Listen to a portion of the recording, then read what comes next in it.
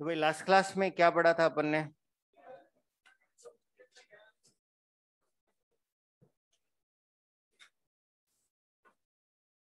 Size of nucleus.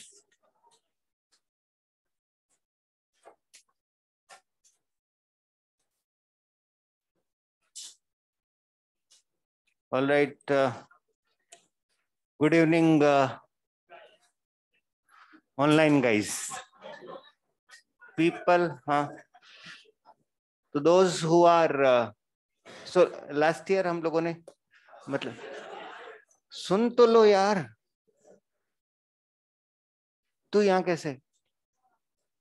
एक class पीछे चल रहा है तू, कल नहीं आया था। लास्ट ईयर मतलब काफी मेहनत से स्लाइड्स बनाई थी, ठीक है ना? They are very colourful and very helpful. तो वो सारी स्लाइड्स जो भी है मैंने क्या कर दिया, आपके LN प्लस पे अपलोड कर दिया है। So like you people, the camera people, right, ठीक है ना, उनकी मदद ले सकते हैं। Because I was seeing this class yesterday. कभी कभी चीजें विजिबल नहीं होती बोर्ड पे, sometime they are not visible, so you can take help of those slides, right? तो स्लाइड तो नोट्स कंप्लीट करने के लिए है, थोड़ा समझने में भी अच्छा लगेगा, थोड़े डायग्राम भी ठीक दिखेंगे, ठीक है, बट समझने के लिए आना तो पड़ेगा ही यहाँ पे।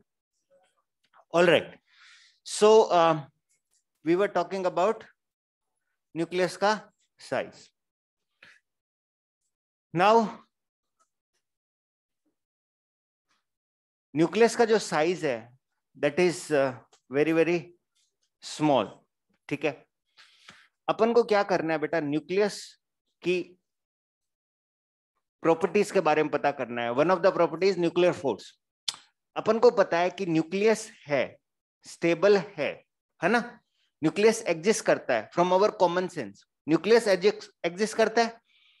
इसका मतलब प्रोटॉन प्रोटॉन पास में रह पा रहे या नहीं रह पा रहे? There must be some force, which force is responsible for binding the protons very very close to each other in a tiny volume, and that force must be very very strong force.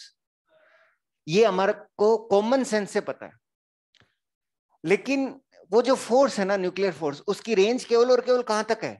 Nucleus के अंदर ही है।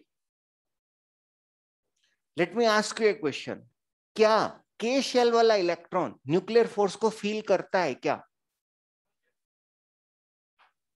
क्या के shell वाला electron nucleus force को feel करता है क्या? अगर फील करता तो के शेल वाला इलेक्ट्रॉन कहां मिलता? न्यूक्लियस में मिलता। एटम एग्जिस्ट ही नहीं करता, एटम कोलैप्स कर जाता। तो even K shell electron does not feel the nuclear force. मतलब न्यूक्लियर फोर्स की रेंज क्या है? बहुत ही कम है। ये अपन को कॉमन सेंस से पता है। अगर रेंज ज्यादा होगी तो सारे इलेक्ट्रॉन कहां चले जाएंगे? सारे इलेक्ट्रॉन अगर न्यूक्लियस में चले जाएंगे तो एटम कोलैप्स हो जाएगा, the whole world will collapse. Big bang की जगह बिग क्रंच हो जाएगा। अगर न्यूक्लियर फोर्स जो कि सबसे स्ट्रॉन्गेस्ट फोर्स है, उसकी रेंज भी अगर क्या हो जाए? सबसे ज्यादा। नेचर अमेजिंग है, जो फोर्स सबसे स्ट्रॉन्गेस्ट है उसकी रेंज सबसे कम। That force is responsible for stability of nucleus. Atom, electron क्यों बंधे हुए हैं? इलेक्ट्रोमैग्नेटिक फोर्सेस के कारण। जो न्यूक्लियर फोर्स है वीकर है, उसके कारण क्या बंधा हुआ है? एटम। दो एटम आपस में बॉन्ड बनाते हैं, मॉलिक्यूल बनाते हैं। This is what? Collection of atoms, collection of molecules, some polymer it is. What are we? Organic molecules. Yes or no? Molecule एक दूसरे से जुड़े हुए हैं, कौन से फोर्सेस के कारण? Electromagnetic forces. What ever the covalent bond जो भी आप बोलते हो, उन बॉन्ड्स में किसका एक्सचेंज होता है? इलेक्ट्रॉन का एक्सचेंज होता है। एक एटम का इलेक्ट्रॉन दूसरे इलेक्ट्रॉन से बात करते हैं, उनके बीच में कौन सा फोर्स है? Electromagnetic force, right? तो अपनी स्टेबिलिटी किसके कारण है? Electromagnetic force. और अपने अंदर जो एक एक एटम है उसके न्यूक्लियस की स्टेबिलिटी, न्यूक्लियर फोर्स के कारण है। और तुम इस प्लैनेट पे बंधे हुए हो, ग्रेविटेशनल फोर्स। और ये प्लैनेट सन से बंधा हुआ है, gravitational force. Gravitational force is weakest force, yet it's range is very large.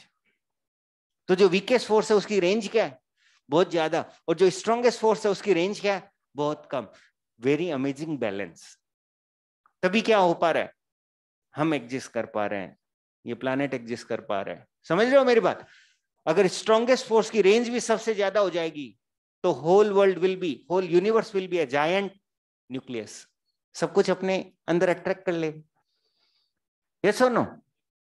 तो अपन को उस न्यूक्लियर फोर्स के बारे में पढ़ना है। तो उसको कैसे पढ़ेंगे भाई? It is very very difficult. But अपन क्या करेंगे, वो प्रॉपर्टीज जो न्यूक्लियर फोर्स की प्रॉपर्टी है वो अपन इससे पता कर सकते हैं। किससे? Mass of the nucleus. Mass of the nucleus से अपन न्यूक्लियर फोर्स की प्रॉपर्टीज पता कर सकते हैं। Very interesting it is. मान लो we have a ZXA nucleus, ठीक है? इसके अंदर Z प्रोटॉन होंगे और A-Z न्यूट्रॉन होंगे, है ना? Z protons and A-Z neutron. क्या मैं ऐसा बोल सकता हूं क्या कि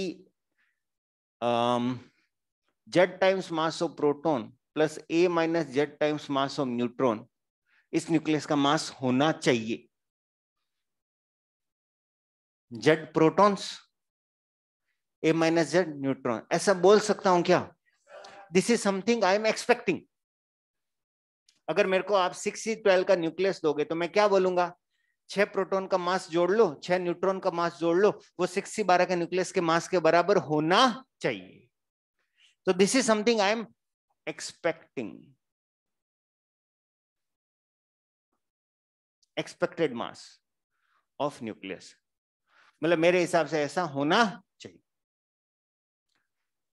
दूसरा तरीका है कि तुम्हारे पास पीरियोडिक टेबल है, उसके ऊपर एटम के मासेस दे रखे हैं, ठीक है ना? एवरेज एक बार भूल जाओ, ठीक है? मान लो कि तुम्हें सब न्यूक्लियाई का मास अलग अलग पता है, 6C12 का अलग से पता है, 6C14 का अलग से पता है। वो ब्रांच ऑफ फिजिक्स आपको पता है क्या कहते हैं उसे? Mass spectroscopy. सुना है नाम? No. Okay, there is something called mass spectroscopy, जिसके अंदर अपन क्या करते हैं? एटम के मासेस कैलकुलेट करना थ्रू द एक्सपेरिमेंट्स कैलकुलेट करते हैं। मतलब तुम्हें एक क्यूरियोसिटी तो होनी चाहिए ना कि वहां पे जो लिखा हुआ है कितना, क्लोरीन 37 का मास 36.98 लिखा हुआ है या क्लोरीन 35 का मास 34.97 यू लिखा हुआ है, वो किसने मेजर किया? Mass spectrometer. नाम सुन रखा है? Then that thing is called mass spectroscopy, that is the branch of the physics. उसके अंदर जो इक्विपमेंट यूज होता है दैट इज, तो तुम्हारे लिए तो मास स्पेक्ट्रोमीटर एक तरह का जीनी है। कोई भी सैंपल डालोगे और उसका मास बाहर आ जाएगा, ठीक है? तो can I measure the exact mass of the nucleus using mass spectroscopy? क्यों? एटम का मास आएगा, उसमें से किसका मास घटाना है? इलेक्ट्रॉन का। एटम के अंदर क्या होते हैं? Nucleus and electron. एटम में से किसका मास निकाल दो। एक एटम के अंदर कितने इलेक्ट्रॉन होते हैं? अरे अंग्रेज झट बोल दे तू। एक एटम के अंदर कितने इलेक्ट्रॉन होते हैं?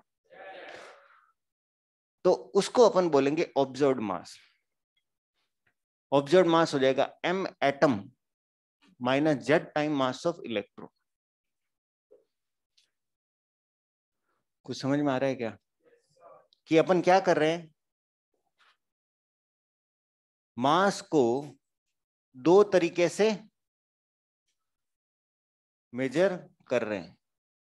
जब न्यूक्लियॉन साथ साथ हैं और जब न्यूक्लियॉन अलग अलग है। 6 प्रोटॉन और 6 न्यूट्रॉन को मिलाऊंगा तो एक कार्बन का न्यूक्लियस बनेगा। 6 प्रोटॉन और 6 न्यूट्रॉन को अलग से वे करूंगा तो इतना भार आएगा, एंड एक साथ वे करूंगा तो इतना भार आएगा। व्हाट डू यू थिंक, क्या होना चाहिए? What about these two mass, दोनों सेम होने चाहिए। What do you think?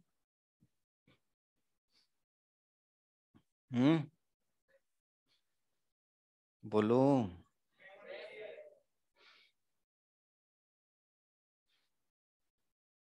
क्या होना चाहिए? अच्छा एक चीज बताओ, who is more stable, 6 proton और 6 न्यूट्रॉन अलग अलग या फिर एक साथ कार्बन न्यूक्लियस में? Who is more stable?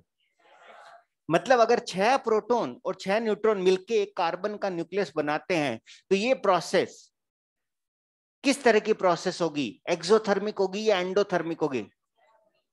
Exo endo पता है? अगर प्रोडक्ट स्टेबल है तो एनर्जी क्या होगी? रिलीज होगी या नहीं होगी? तो 6 प्रोटॉन और 6 न्यूट्रॉन मिलकर क्या बना रहे हैं? एक कार्बन का न्यूक्लियस बना रहे हैं। तो कार्बन का न्यूक्लियस इज मोर स्टेबल या फिर ये लोग? तो प्रोसेस क्या होगी? Exothermic process. अगर एक्सोथर्मिक होगी तो एनर्जी रिलीज कहां से आएगी? वो एनर्जी आएगी कहां से? क्या वो एनर्जी आएगी कहां से? जब वो न्यूक्लियन एक दूसरे के बहुत करीब होंगे इन द न्यूक्लियस, उनके बीच में कौन सा फोर्स लग रहा है?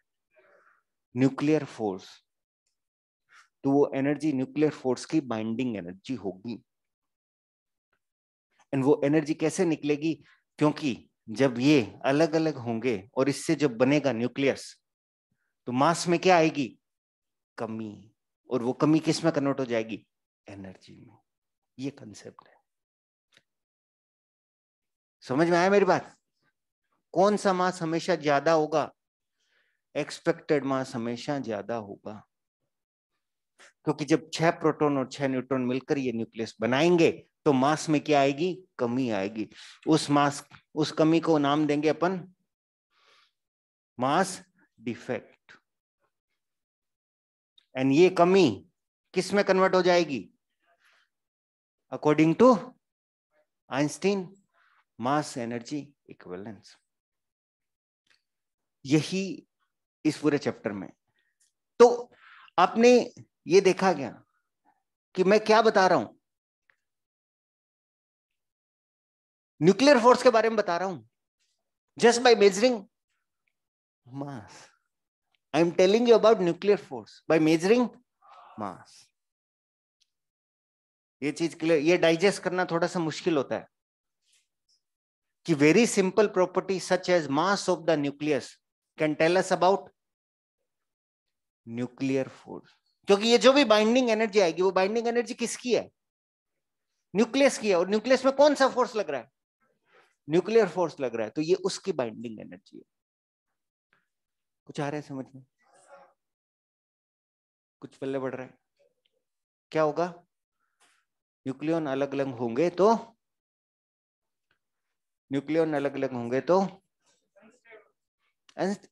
यार, तो मेरी बात सुनो, यार। क्या यार, दो ही चीज नहीं होती, स्टेबल और अनस्टेबल। ऐसा नहीं होता। ऐसा होता है क्या? ये स्टेबल है दूसरा अनस्टेबल है, ऐसा होता है क्या?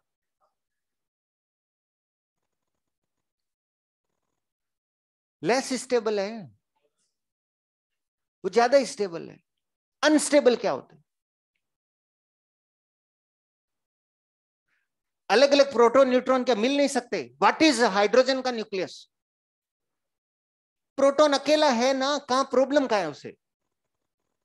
उसको प्रॉब्लम है हाइड्रोजन गैस स्टेबल नहीं है। तो फिर ऐसा नहीं सोचना ये स्टेबल है तो दूसरा। बाइनरी वर्ल्ड नहीं है ये। बाइनरी वर्ल्ड समझते हो कि या तो ये होगा या फिर ये होगा? ऐसा थोड़ी होता है। कुछ कम स्टेबल है, कुछ ज्यादा स्टेबल है। तो ये अकेले अकेले क्या होंगे? और ये एक साथ क्या होंगे, मतलब इस प्रोसेस में क्या रिलीज हुई होगी, एनर्जी। वो एनर्जी कहां से आई होगी, मास में कमी से। तो did we get inside into nuclear force, yes और no, from the very simple thing such as mass. तो पहले अपन मास डिफेक्ट का कैलकुलेट करना सीखेंगे एंड उसके बाद will move to the binding energy. ठीक है, क्लियर हो जाएगी चीजें। ठीक है। अच्छा, जैसे चलो मैं पूछूंगा, जैसे मान लो ये रिएक्शन है, who is more stable, CO2। बोला ना तुमने, who is more stable, product, product is more stable. ये स्पॉन्टेनियस रिएक्शन है या नहीं है, कार्बन को जलाओ CO2 फटाक से बनती है या नहीं बनती है। इसका मतलब प्रोडक्ट का मास क्या होगा, इज इट एक्सोथर्मिक रिएक्शन, होगा या नहीं होगा, it will be exothermic reaction. तो प्रोडक्ट का मास क्या होगा, कम होगा, होगा। लेकिन यहां पे कौन से एनर्जीज में बात करेंगे अपन, कौन से बॉन्ड की, केमिकल बॉन्ड, कार्बन और ऑक्सीजन, मतलब इतनी केमिस्ट्री आती है मेरे को, इस बॉन्ड की बात करेंगे ना अपन, यस और नो। ये एनर्जी किस में होती है, फ्यू इलेक्ट्रॉन वोल्ट, फ्यू। यहां पे एनर्जी किस में होगी, mega electron volts, 1 lakh 10 lakh गुना ज्यादा होगी। इसलिए यहां पे भी मास में कमी आती है, but we neglect because that कमी is very very small. But यहां पे जो कमी आएगी, कमी in nuclear reaction, it is significant because force itself is very very high. और अपन उल्टा कहना चाहिए कि यहाँ पे मास में कमी क्या है, सिग्निफिकेंट है, तो nuclear force is much stronger. यहाँ पे मास में कमी सिग्निफिकेंट नहीं है, तो these forces are much much weaker compare to the nuclear force. पल्ले बढ़ रहा है कुछ,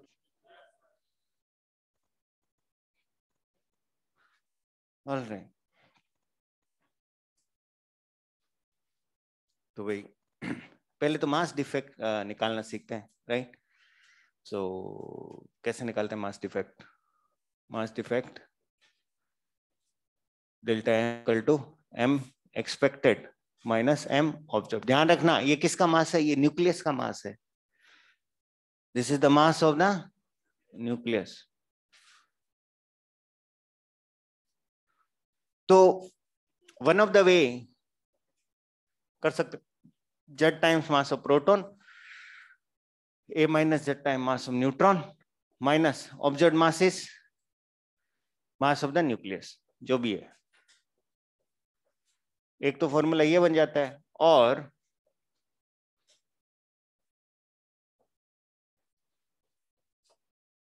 माइनस ये कर दो। नोट डाउन तो कर रहे हो, ठीक है, लेकिन तुम समझ नहीं रहे हो। क्या समझ रहे हो बताओ, अभी क्या होगा यहाँ पे, ये फॉर्मूला कब यूज करना है, जब किसका मास दिया हो, ऑब्जर्वर का, है ना। देखो क्या कुछ भी बोले जा रहे हैं यहाँ पे, कुछ भी। ओबीएस ऑब्जर्वर, वी वेलोसिटी से जा रहा है वो, देख रहे हो इनको,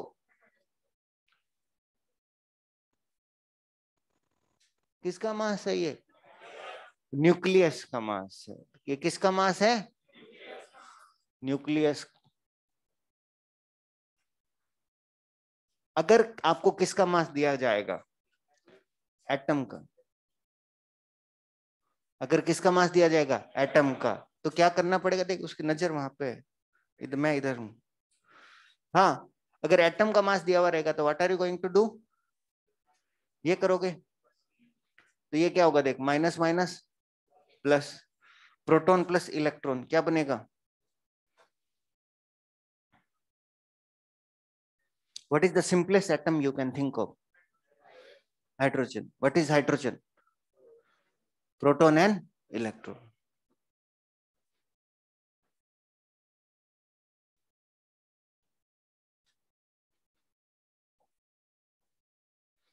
तो ये फॉर्मूला कब यूज करना है,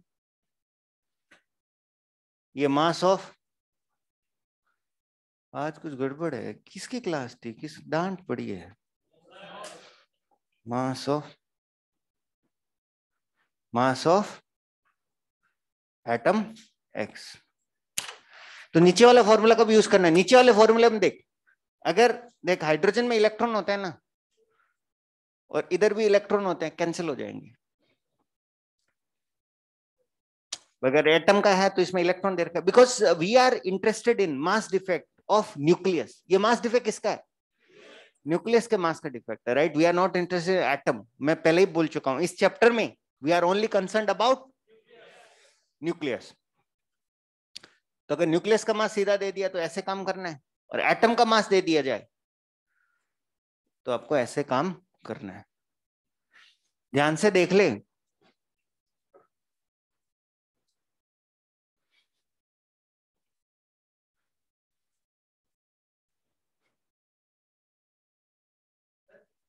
बोलो, नोट डाउन करो। हाँ बोलो।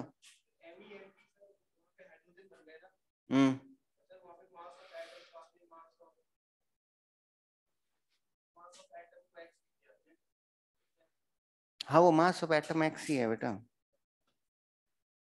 एमपी प्लस एमई क्या बन गया? एमपी प्लस एमई क्या बन गया? Mass of hydrogen atom. Proton plus electron is hydrogen atom.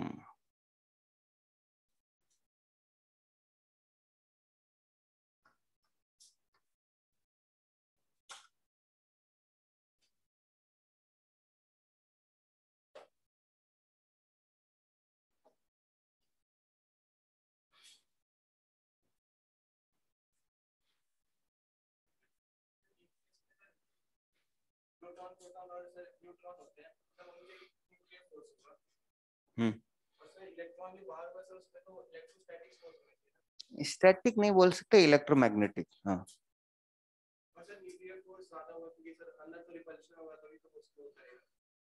हाँ हाँ, वी आर नॉट डन, अभी तो शुरुआत की अपन ने इस चैप्टर की।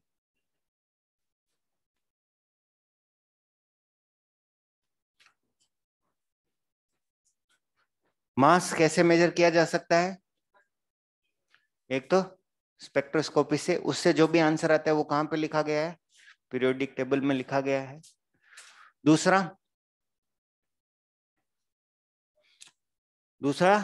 वो तो एग्जैक्ट मास आएगा। दूसरा क्या है? आप क्या कर लो, देख लो कि इस रेसिपी के अंदर कितने प्रोटॉन होंगे और कितने न्यूट्रॉन होंगे, उनका मास ऐड कर लो। इतना होना चाहिए, इतना है, तो difference is called mass defect. Okay, लिखें क्वेश्चन। ये कब यूज करना है, ये कब यूज करना है, ध्यान रखना। बस इसमें यही एग्जामिनर क्या कर सकता है, यही आपको परेशान कर सकता है। एग्जामिनर यही परेशान कर सकता है आपको। What is the mass defect for deuterium atom, deuterium nuclei? What is the mass defect for deuterium nuclei?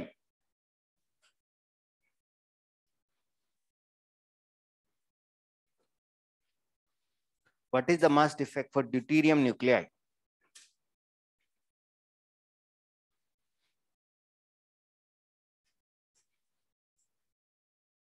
What is the mass defect for deuterium nuclei? Deuterium क्या होता है? 1H2. What is the mass defect for deuterium nuclei if its atomic mass is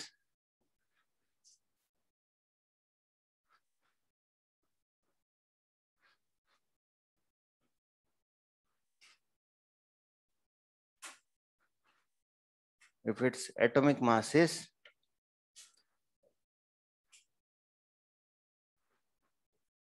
2.0141 U is atomic mass unit।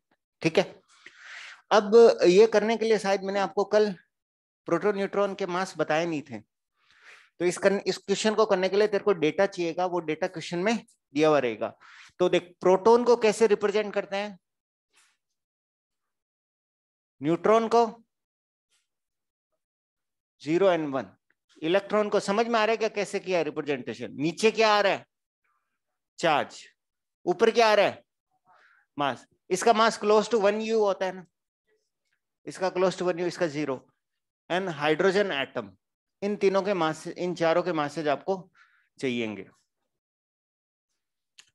1H1, इनका मास kilo में कितना होता है?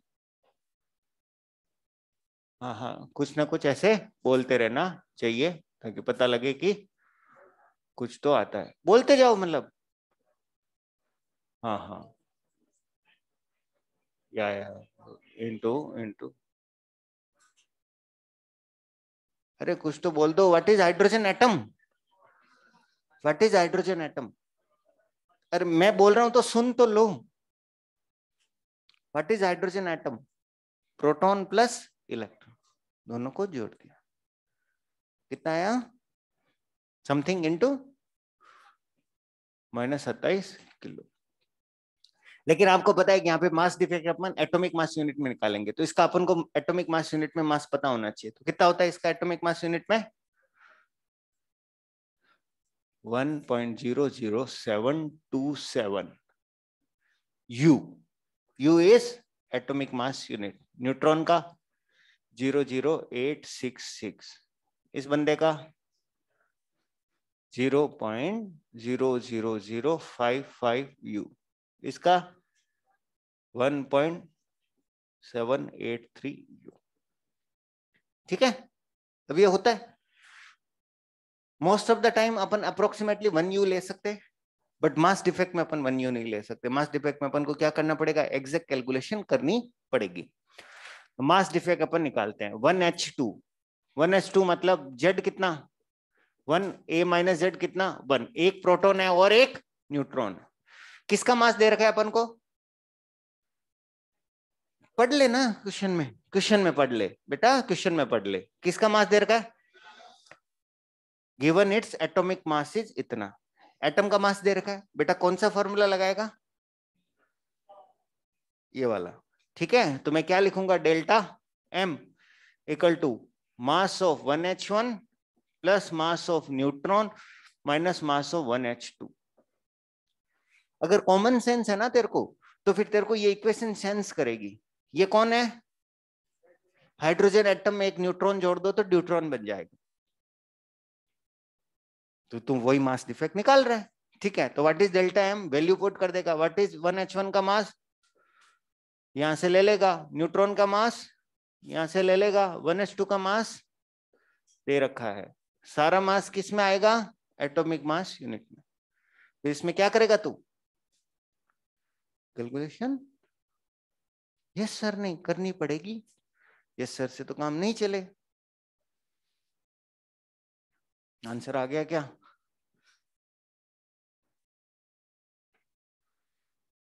अंकित बोल रहा है 0.0023। अरे बेटा अभी तक तो कुछ हुआ ही नहीं है, मैं मल्टीप्लाई और कराऊंगा इसको, इस गंदे से नंबर को। ये सजा रहा है। जितना डिले कर सके उतना डिले करें। यू यू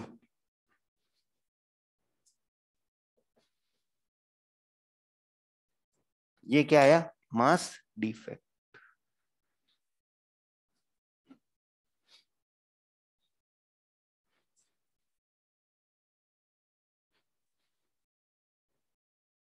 ऑलराइट,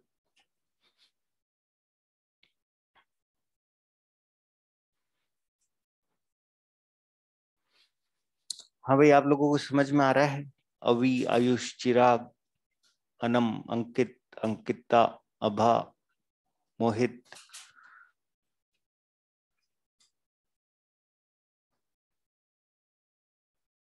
क्लियर है? आयुष, याशिका,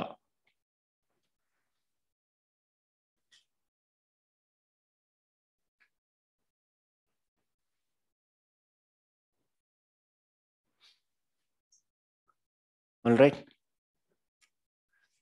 डरने की बात नहीं है। ये जो डेटा है, प्रोटॉन का इतना होता है, न्यूट्रॉन का इतना होता है, ये आपको एग्जाम में दिया हुआ रहेगा। ये आपको याद नहीं रखना है, ये वैल्यूज ये क्वेश्चन में दिया हुआ रहेगा, don't worry.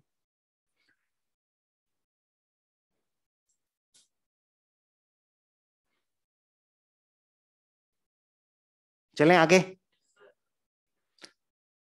What is the mass defect for helium nuclei?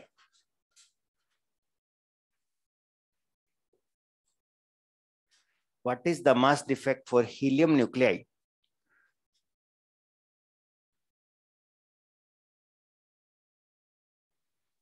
If its mass is,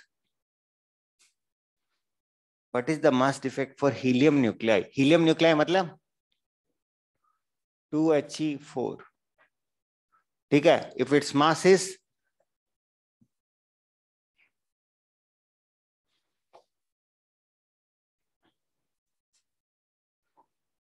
4.00153 U.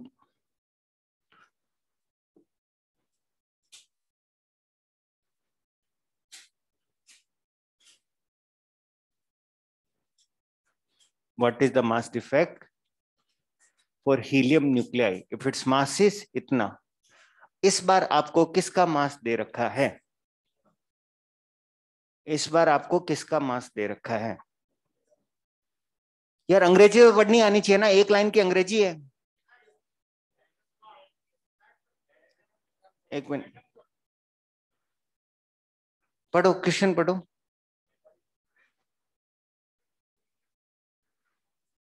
हाँ. What is the mass defect for helium nuclei if its mass is?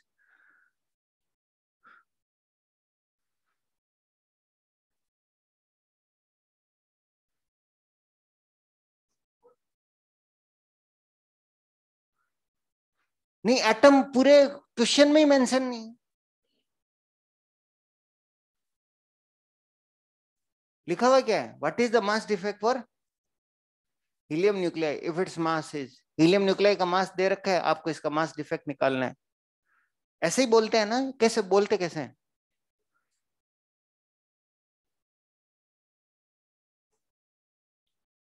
भाई ऐसे बोलते हैं this is Ram and this is his house. तो मतलब राम का ही है या किसी और का है? श्याम का घर है मतलब.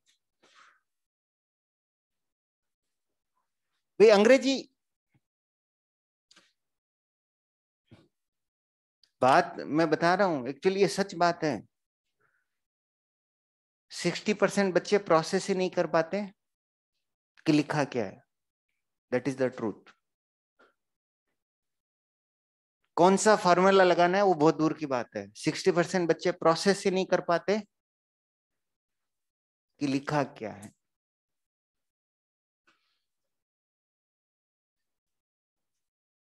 क्योंकि आदत वही है ना अपनी, कि चीज को हिंदी में कन्वर्ट करके फिर समझना, या नहीं है? तो कर ही नहीं पाते. That is the truth. That is the our what should I say,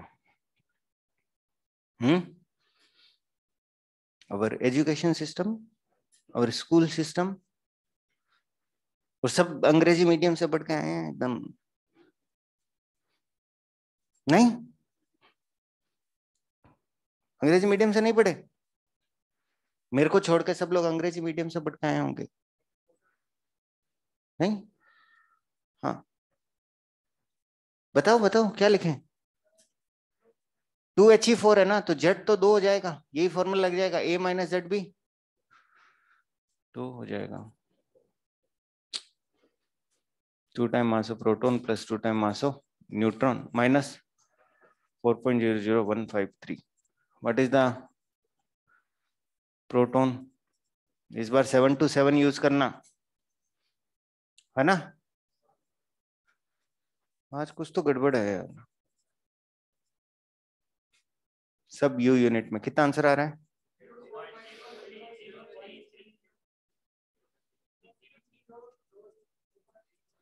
2 बार 0, 3 बार 3, 4 बार ये, 7 बार वो. कौन बोलता है ऐसे? कोई नहीं बोलता other than you.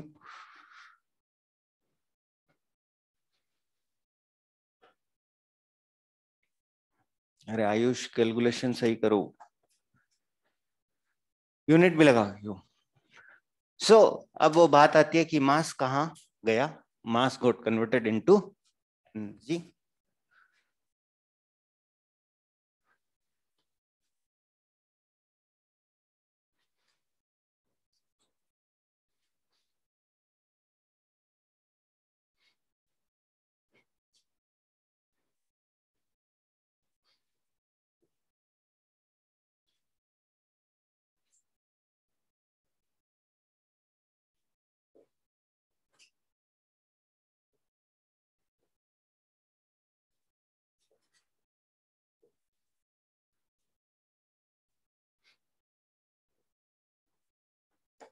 It got converted into energy. Einstein energy mass equivalence क्या प्रिंसिपल है? बोलो बोलो। एनर्जी मास इक्विवेलेंस क्या बोलता है? Mass is also a kind of mass is also a kind of energy. ठीक है, energy contained in mass m is E equal to mc square, right? अब यहां पे आपको एक चीज याद रखनी पड़ेगी, 1u इंटू सी स्क्वायर, अपना मास u स्केल में चलेगा, 1u इंटू सी स्क्वायर कितना होता है? 931.5 मेगा इलेक्ट्रॉन वोल्ट। ठीक है, तो ये आपको याद रखना पड़ेगा। तो ये तो आपको समझ में आ रहा है कि मास किस में कन्वर्ट हो गया? एनर्जी में कन्वर्ट हो गया, according to which relation E equal to mc square. ठीक है, but I am damn sure कि तुम लोगों को मतलब नहीं पता इस इक्वेशन का। क्या कहती है ये इक्वेशन? हाँ,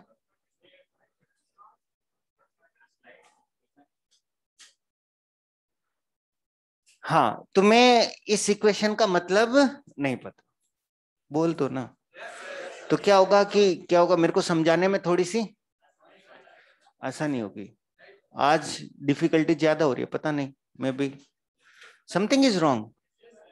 हाँ, ऐसी बंद है, that might be one of the reason. तो ऑन करवा लो ना। यस सर का क्या मतलब होता है? जाना तुझे ही पड़ेगा। यस सर का क्या मतलब है? मैं कोई एसी वाला आदमी दिखता हूं तेरे को? ऑन तो तुम्हें ही करवानी पड़ेगी एसी।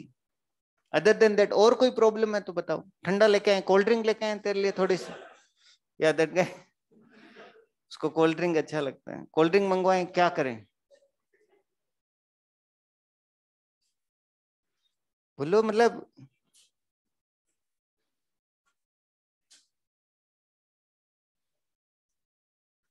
बताओ बताओ यार, इस इक्वेशन का आपको मतलब नहीं पता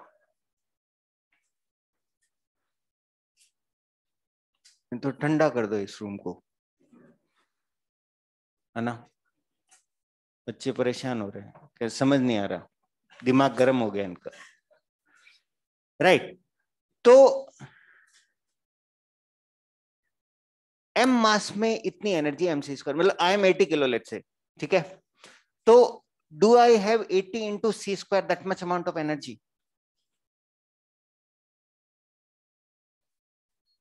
Yes, I do have that much of energy. But can I harness it? No. But I have that much amount of energy. जैसे मान लो अपन बात करते हैं कि फॉर एग्जाम्पल 1 ग्राम, ठीक है ना, एनर्जी इन 1 ग्राम मास कितना आ जाएगा? 10⁻³ into C square, 9 into 10⁻13 joule. 1 gram में, 1 gram. Do you know any machine जो मास को एनर्जी में कन्वर्ट करती है? Come on people, what is this machine? What is your digestive system? You intake something, that mass is getting converted into energy. क्या सारा का सारा mass energy में कन्वर्ट हो जाता है? There is always a waste. This machine is not 100% efficient. It cannot convert all the mass into energy. ये मतलब है एनर्जी मास इक्विवेलेंस का। Mass can be converted into energy, और energy can be converted into mass. Energy कैसे mass में convert हो रही है? सनलाइट आ रही है, पेड़ अपना खाना कैसे बना रहा है? कैसे बना रहे हैं? वो उसका इनटेक क्या है?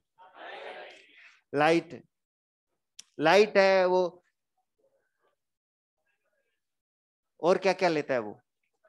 पानी नीचे से लेता है, मिनरल्स नीचे लेता है, और CO2, एटमॉस्फेयर से लेता है, लेकिन एनर्जी तो किससे लेता है? सन की रेडिएशन से लेता है ना, यस और नो? तो वहां पे एनर्जी किस में कन्वर्ट हो रही है? मास में, यस और नो? और इस मशीन से मास किस में कन्वर्ट हो रहा है? एनर्जी में। तो इसका मतलब यह है कि अगर आप एम मास को कंप्लीटली क्या कर दोगे? डिसअपियर कर दोगे, उसको पूरा का पूरा किस में कन्वर्ट कर दोगे? एनर्जी में। तब कितनी एनर्जी रिलीज होगी? 9 इंटू, मतलब एम मास को करेंगे तो एम इंटू सी स्क्वायर। 1 ग्राम को अगर आप करोगे तो 9 इंटू 10⁻13 जो। लेकिन ऐसा पॉसिबल है नहीं, ऐसा पॉसिबल है नहीं। आप देखेंगे कि इवन इन न्यूक्लियर रिएक्टर हम 1 किलो मास लेके चलते हैं तो केवल 1 ग्राम मास एनर्जी में कन्वर्ट होता है। 1 किलो से 1 ग्राम, बस। तो we can not convert 100% mass into energy, that is our problem. But अगर उसको कन्वर्ट किया गया तो वो कितनी एनर्जी देगा? M into. ये बात समझ में आई? This equation does not tell कि बंदे को भागना पड़ेगा, ऐसा कुछ नहीं बोलता। ये इक्वेशन बस सिंपल सा बोलता है कि एम मास में एनर्जी है, अगर आप कन्वर्ट करोगे उसको कंप्लीटली, उसको कंप्लीटली डिसअपियर करवा दो तो what am I? Collection of atoms and molecules. अगर वो सारे के सारे एटम डिसअपियर कर जाए, सारे के सारे किस में कन्वर्ट हो जाए? एनर्जी में कन्वर्ट हो जाए, तो कितनी एनर्जी रिलीज होगी? 80 इंटू सी स्क्वायर। ऐसा ये कहना चाह रहे, समझ में आ गया? ठीक है। न्यूक्लियर रिएक्शन में इतना मास अभी क्या हुआ? डिसअपियर हुआ ना। प्रोटॉन और न्यूट्रॉन पास आए, हीलियम का न्यूक्लियस बनाया और इतना मास क्या हो गया? डिसअपियर। तो जब हीलियम का न्यूक्लियस बना था तो कितनी एनर्जी रिलीज हुई? This into C square. ये बात कहना चाह रहे हैं। तो अब आपको बार बार क्या होगा? U इंटू सी स्क्वायर आएगा। तो ये एक नंबर याद रखोगे, ठीक है? ऑलराइट। तो बाइंडिंग एनर्जी की डेफिनेशन क्या हुई बेटा? मैं लिखवा देता हूं। बाइंडिंग एनर्जी क्या हो गई? It is the energy release जब न्यूक्लियस बनेगा।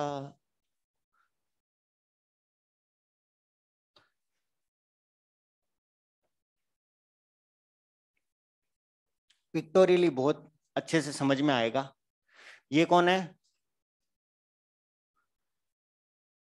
ये कौन है? प्रोटॉन न्यूट्रॉन अकेले अकेले क्या बनाने जा रहे हैं? क्या बनाने जा रहे हैं? न्यूक्लियर। तो क्या रिलीज होगी बेटा? एनर्जी। मास में क्या आएगी? कमी। तो what is energy? Delta M into C square. इस एनर्जी का नाम क्या है? Binding energy.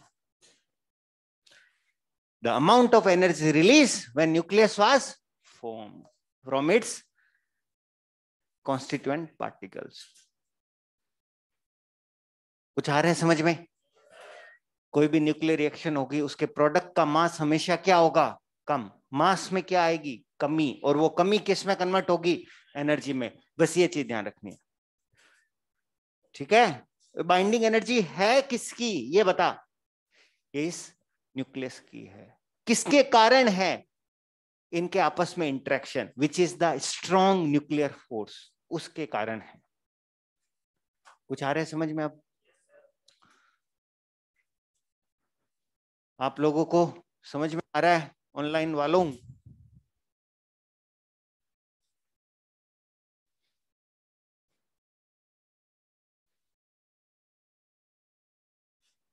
अंकित, अभा, अर्शिया, अवी, सैयद, मोहित सिंह, समझ में आ रहा है आप लोगों को? चिराग,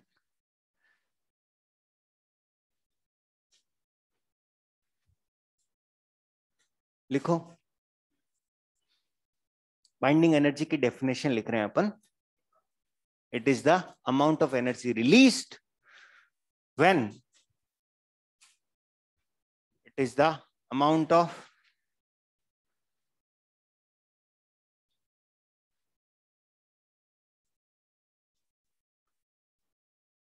It is the amount of energy released when nucleus was formed from its constituent particles.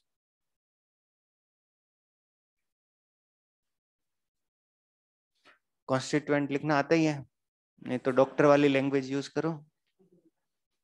It is the amount of energy released when nucleus was formed from its constituent particles. और ऐसा भी बोल सकते हैं क्या, न्यूक्लियस को तोड़ने के लिए जो मिनिमम एनर्जी चाहिए, और it is the amount of energy required to break apart,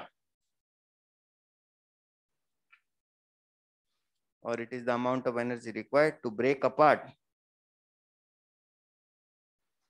the nucleus into its constituents particle, or it is the amount of energy required to break apart APART एक साथ लिखते हैं, break apart the nucleus into its constituent particles. मतलब जिससे nucleus बना है उसमें उसको तोड़ दो तो आपको एनर्जी देनी पड़ेगी. ठीक है, कैलकुलेट, क्वेश्चन लिखो, calculate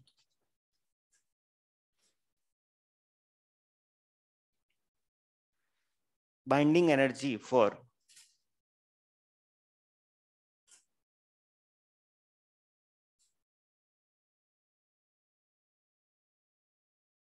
calculate binding energy for deuterium nuclei. Calculate binding energy for deuterium nuclei.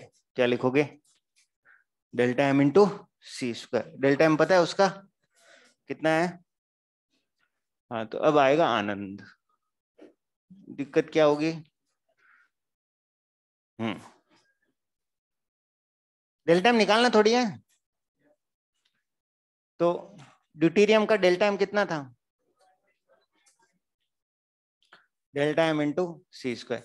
Now it is a problem. Problem क्यों है? U इंटू सी स्क्वायर को क्या लिखेगा? 931.5. बस यही प्रॉब्लम है. यूनिट मेगा इलेक्ट्रॉन वोल्ट है. प्रॉब्लम क्या है? इसे गुणा कौन करे? अब देखो, एक मेथड क्या है, कर लेना बेटा. That is one method which I do not like. अगर मान लो एग्जाम में क्वेश्चन आया, मासेस दे दिए, तूने डेल्टा एम निकाल लिया. मान लो वो जो क्वेश्चन आया ना, मास दे दिए और फिर बोल दिया ईबी निकालो. एक्चुअली क्वेश्चन एक साथ ही आता है. तो डेल्टा एम आपने निकाला, वही है. यहां तक कोई दिक्कत नहीं है, आप यहां तक तो पहुंच ही जाओगे. अगर आपको आगे नहीं करना आता है, इसका मतलब कि आपको मार्क्स बेटा कितने मिलने वाले हैं? 0. और आपका समय और बर्बाद हो गया. तो मैं यहाँ पे आपको एक लाइफ सेविंग ट्रिक बता सकता हूँ, विच इज वेरी इजी. लड्डू से गुना करना आसान होता है. लड्डू मतलब 1000 से मल्टीप्लाई कर सकता हूं मैं. इसको 1000 से मल्टीप्लाई कर कितना आया? 2.39. 100 से मल्टीप्लाई कर सकता हूं, माइनस कर सकता हूं मैं. Minus, yes sir. बता तो कितना आया? तू या तो देखो बोलने का नाटक करो या बोलो.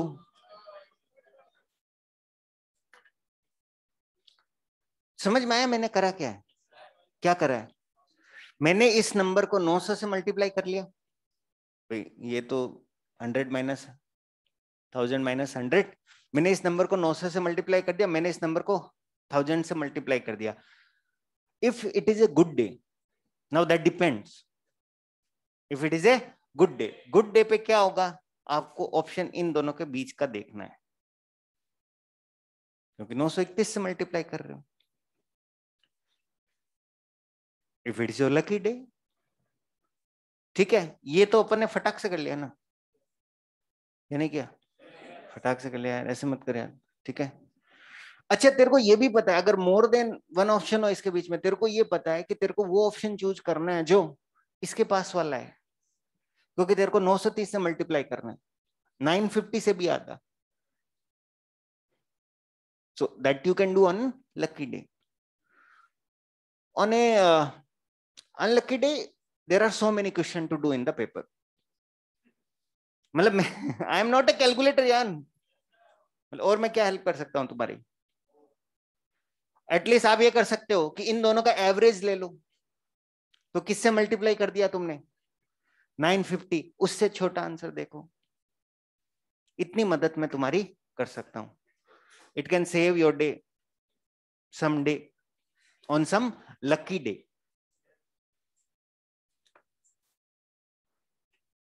अच्छा लगा? अच्छा लगा? नहीं, उसको अच्छा नहीं लगा. वो नहीं बोलेगा, सुपर से भी ऊपर नहीं बोलेगा. वो नहीं बोलेगा सुपर से भी ऊपर.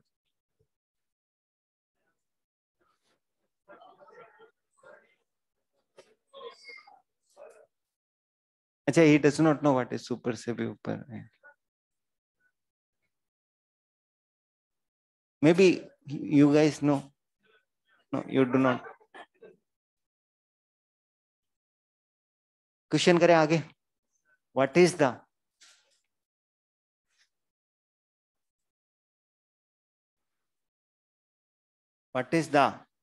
अच्छा हाँ, इसका आंसर भी तो बताना पड़ेगा तुम लोगों को. तो somebody has calculated. So that is 2.22. भाई इन दोनों के आंसर बीच में आएगा. What is the binding energy for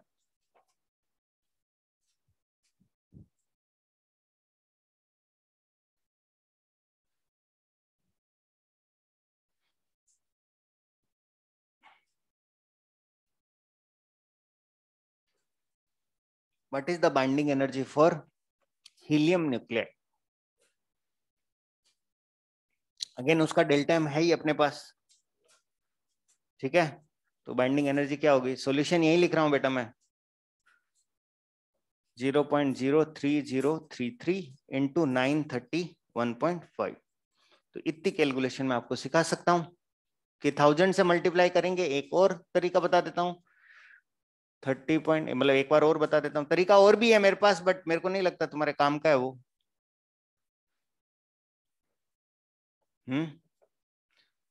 बोलो. मतलब मैं तो एग्जैक्ट भी निकाल सकता हूं एक्चुअली. है कैसे? बस वही प्रॉब्लम है. मैं तो एग्जैक्ट निकाल सकता हूं बेटा, मेरे को जरूरत नहीं रहती कैलकुलेटर की. देखो, 1000 में से 70 ही तो घटाने हैं, तो 930 आ जाता है. 1000 में से 70 घटा. See I am good with percentage because I am born in Marwari family. ठीक है, तो I don't know if you are good with percentage. मतलब इट नॉट वाइस वर्सा, है ना. तो 7% ही तो कम करना होता है ना. 1000 में से 70 कम करना, मतलब ये कईयों को ये समझ ही नहीं आ रहा 7% क्यों हो रहा है. बोल रहे हैं धक्के से, ये धक्के से बोल रहे हैं. 1000 का 7% कितना होता है? 70. तो मेरे को इस नंबर में से 7% ही तो कम करना है. ये 2.4 दिख रहा है मेरे को. 2.4 का 7%, 24 से 168. I am speaking Chinese.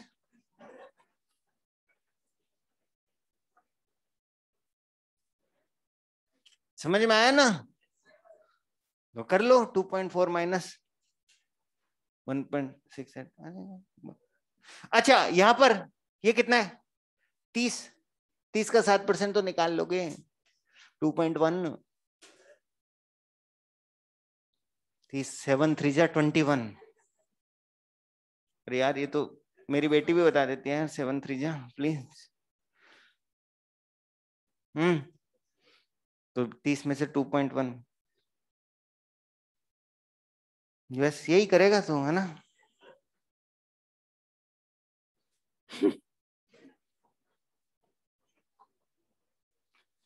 नहीं, तेरे को समझ नहीं आ रहा कि एग्जाम में कैलकुलेटर होता ही नहीं है.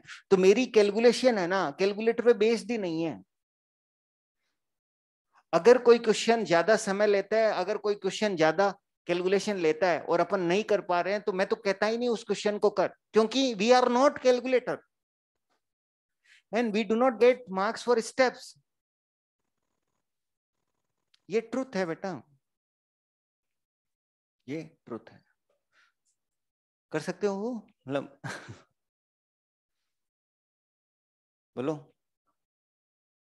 मतलब 7% का गेम, मतलब अब मतलब you should be good in those percentage.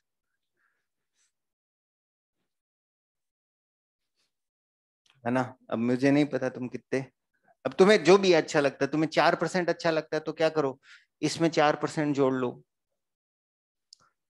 तो 9 4 जा 36, मतलब ठीक है। I am not alien. अब एक चीज बताओ मेरे को कि ड्यूटीरियम एटम है, 2 ड्यूटीरियम एटम है, 1H2, इनकी बाइंडिंग एनर्जी आपने देखी, आपने हीलियम की बाइंडिंग एनर्जी देखी, ठीक है, आपने ड्यूटीरियम की बाइंडिंग एनर्जी देखी, आपने हीलियम की बाइंडिंग एनर्जी देखी। बाइंडिंग एनर्जी ऑफ कोर्स उसकी ज्यादा है, तो who is more stable? Helium. तो क्या 2 deuterium nuclei under suitable condition helium nuclei बना लेंगे ना, और एनर्जी भी रिलीज कर देंगे, यस और नो? वो क्वेश्चन करते हैं, और इस तरह के क्वेश्चन आते हैं, what is the amount of energy released, what is the amount of energy released, what is the amount of energy released when 2 deuterium nuclei fuse together to form, what is the amount of energy released when 2 deuterium nuclei fuse together to form a helium nuclei? ठीक है, तो देख, पहली बार तू क्या लिख रहा है, एक न्यूक्लियर रिएक्शन लिख रहा है, 1H2 1H2, क्या बना रहा है, ये न्यूक्लियर रिएक्शन है, इसमें एलिमेंट चेंज हो जाता है, क्या चीज बैलेंस करनी रहती है, total charge, number of proton हो गए ये तो, टोटल चार्ज, और ये टोटल लोग बैलेंस है, टोटल न्यूक्लियॉन्स बैलेंस है, टोटल प्रोटॉन बैलेंस है, तो ये इक्वेशन बैलेंस हो गए, ठीक है। तो इस प्लस एनर्जी, एनर्जी को अपन बोलते हैं क्यू वैल्यू, एनर्जी को क्या बोलते हैं, क्यू वैल्यू, एनर्जी रिलीज।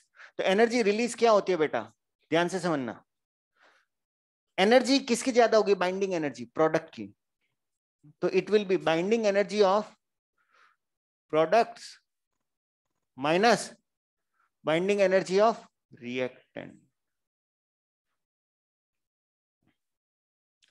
अब प्रोडक्ट कौन है, ये, इसकी बाइंडिंग एनर्जी यहां से आ जाएगी, रिएक्टेंट कौन है, ये, कितनी आ जाएगी, दिस प्लस दिस, दोनों की ये लिखनी पड़ेगी, 2.22 माइनस 2.22, ये तो आसानी से कर लोगे, ठीक है, आ जाएगा 423.80 MeV। ध्यान रखना, मैं फिर से बोल देता हूं, मास किसका ज्यादा होगा, रिएक्टेंट का या प्रोडक्ट का, मास किसका ज्यादा होगा, रिएक्टेंट का, मास में हमेशा क्या आती है, कमी। तो कई बार पूछ लेता है what is the ratio mass of reactant to that of products, what is the ratio of mass of reactant to that of products, more than 1, mass of products upon mass of reactant less than 1, binding energy किसकी ज्यादा होगी, product, ठीक है। अगर मास से Q value निकालनी होगी तो क्या करोगे, mass of reactant minus mass of product into C square, that is the energy release, वही तो मास डिफेक्ट होगा, और बाइंडिंग एनर्जी से निकालनी होगी तो binding energy of product minus binding energy of reactant. इस पे 2 क्वेश्चन करते हैं तो चीजें समझ में आएगी।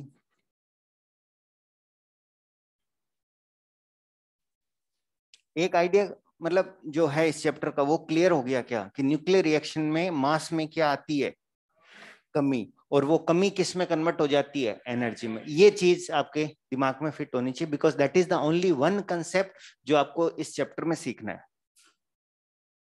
यही मतलब होता है एनर्जी मास इक्विवेलेंस का।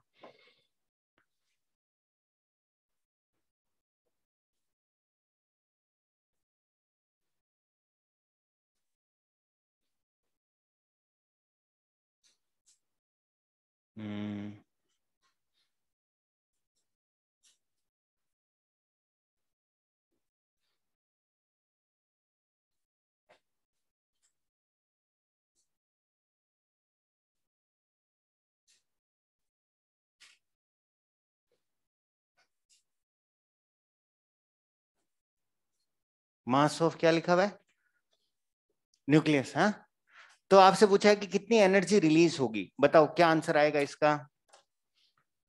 कम ऑन, फटाफट बताओ।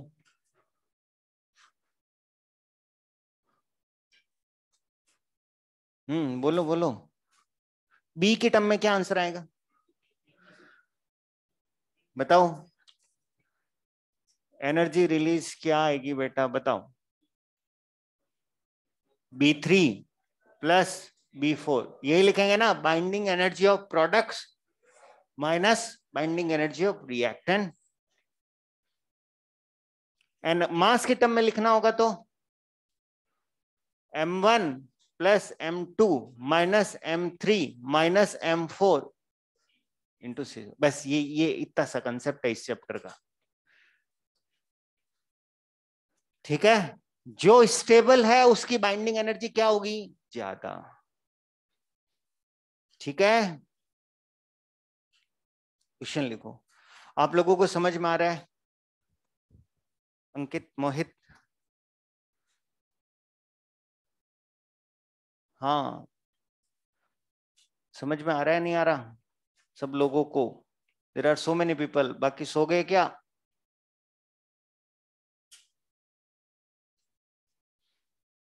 हम्म,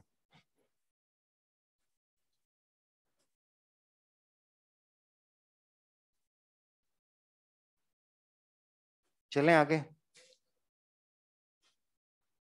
लिखो लिखो, क्वेश्चन लिखो। 2-3 क्वेश्चन और करेंगे। A nuclei X has a nuclei X has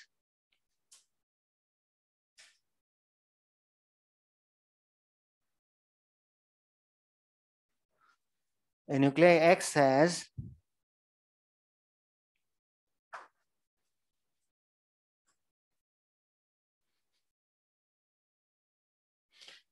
binding energy 100 mega electron volt.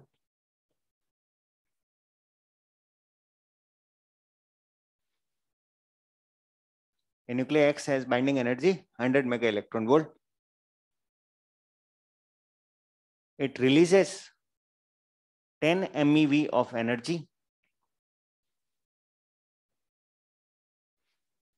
It releases 10 MeV of energy and gets converted into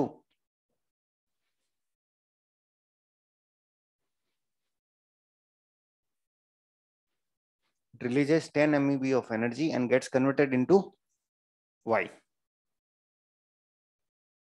Y, ठीक है।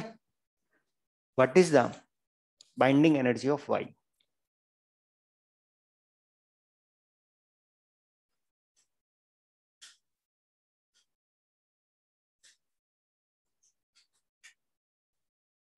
Nuclei X has 100 MeV of energy, binding energy. It releases 10 MeV of energy and gets converted into Y. बताइए क्या होगा? तो या तो 100 plus 10 करोगे या फिर 100 माइनस 10 करोगे। ये है X से Y बन रहा है, प्लस एनर्जी रिलीज हो रही है, बाइंडिंग एनर्जी दे रखी है। कितनी दे रखी है इसकी, 100, और इसकी पता नहीं, इसको कुछ मान लो। क्या लिखोगे बताओ? Who is more stable?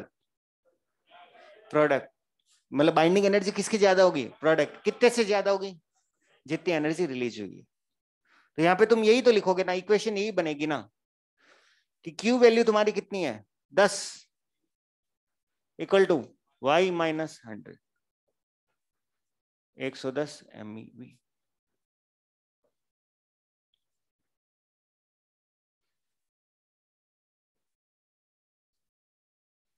ठीक है, समझ में आ रहा है कुछ? प्रोडक्ट की बाइंडिंग एनर्जी क्या होती है? ज्यादा। अब यहां पर एक कंसेप्ट होता है कि मोर बाइंडिंग एनर्जी मतलब मोर स्टेबिलिटी या कुछ और? तो answer is binding energy per nucleon is the measure of stability. तो उसको बोलेंगे EBN। लिखता हूं, binding energy per nucleon is the measure of stability. तो अगर आपको डिफरेंट न्यूक्लियस की स्टेबिलिटी देखनी है तो आपको किससे देखनी पड़ेगी? EBN। EBN is binding energy upon mass number, क्योंकि एक घर में कितने लोग होंगे। आप ऐसा समझो कि पर न्यूक्लियन के हिस्से में बाइंडिंग एनर्जी ज्यादा आनी चाहिए, that is the idea. Per nucleon के हिस्से में बाइंडिंग एनर्जी ज्यादा आनी चाहिए, तो वही न्यूक्लियस क्या है? ज्यादा स्टेबल। समझ रहे हो? जैसे मान लो फैमिली ऑफ 4, मतलब पैसे से क्या चीजें बहुत आसानी से समझ में आती है। फैमिली ऑफ 4 अर्न्स 1 लाख, ठीक है, और फैमिली ऑफ 10 अर्न्स 2 लाख। तो तुम समझ रहे हो ना, पर हिस्से में हैप्पीनेस किस में ज्यादा आएगी? 4 वाले में से। समझ में आ रहा है ना? केवल बाइंडिंग एनर्जी ज्यादा होने से काम नहीं चलेगा। Binding energy per nucleon is the measure of happiness और स्टेबिलिटी। ठीक है, तो this is EB upon A।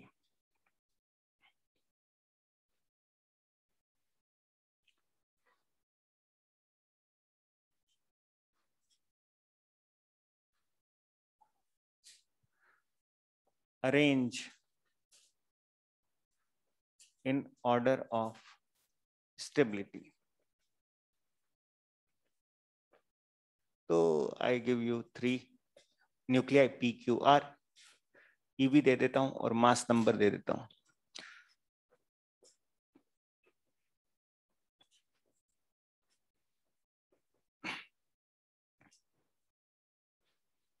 Binding energy per nucleon is the measurement of stability.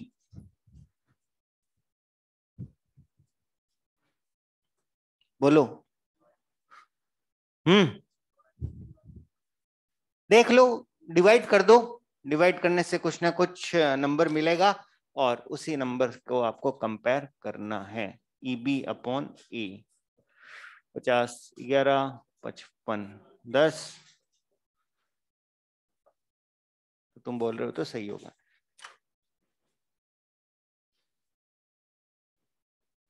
एक क्वेश्चन और कर लें।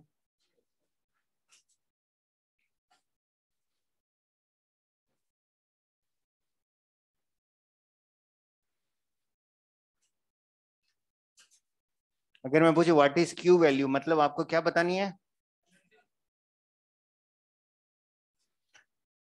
लिथियम पे किसका बम्बार्डमेंट?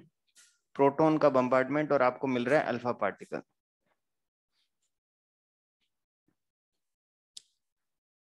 और आपको EBN दे रखी है। क्या दे रखी है? EBN। ये आप कैलकुलेट कर सकते हो, जो आपने 28.24 कैलकुलेट करी थी ना, इसकी अपॉन 4 करोगे तो 7.06 आ जाएगा। इसकी मैं दे ही रहा हूं। प्रोटॉन क्या है? अकेला, लोनली। बाइंडिंग एनर्जी किसकी होती है? न्यूक्लियर फोर्स की होती है। तो प्रोटॉन तो अकेला है, तो किसी पे न्यूक्लियर फोर्स नहीं लगाएगा, तो इसकी बाइंडिंग एनर्जी कितनी होगी? 0। कैसे करोगे? सबसे पहले आपको करना पड़ेगा रिएक्शन बैलेंस। रिएक्शन बैलेंस है क्या? चार्ज बैलेंस है क्या? मास बैलेंस है क्या? ये क्वेश्चन लैंग्वेज में भी आ सकता है। When lithium nuclei are bombarded with protons, alpha particle are ejected. तो ये रिएक्शन बैलेंस है या नहीं है? बैलेंस हो सकती है क्या? अगर क्या किया जाए 3 1 7 1 8, ये 4 ही है, तो अगर मैं कुछ ऐसा कर दूं तो एसी काम तो किया है, एसी ने समझ में आसानी से आने लगा है ना? बताओ क्यू वैल्यू बताओ। तारीफ 1 मिनट पहले कर दी, ये करने के बाद करता ना तो कोई दिक्कत नहीं होती। समझे? इसको समझ नहीं आया मतलब ये बताना है इसका आंसर, इसका आंसर बताना है। हाँ, क्या लिखेगा? Binding energy of product minus binding energy of reactant.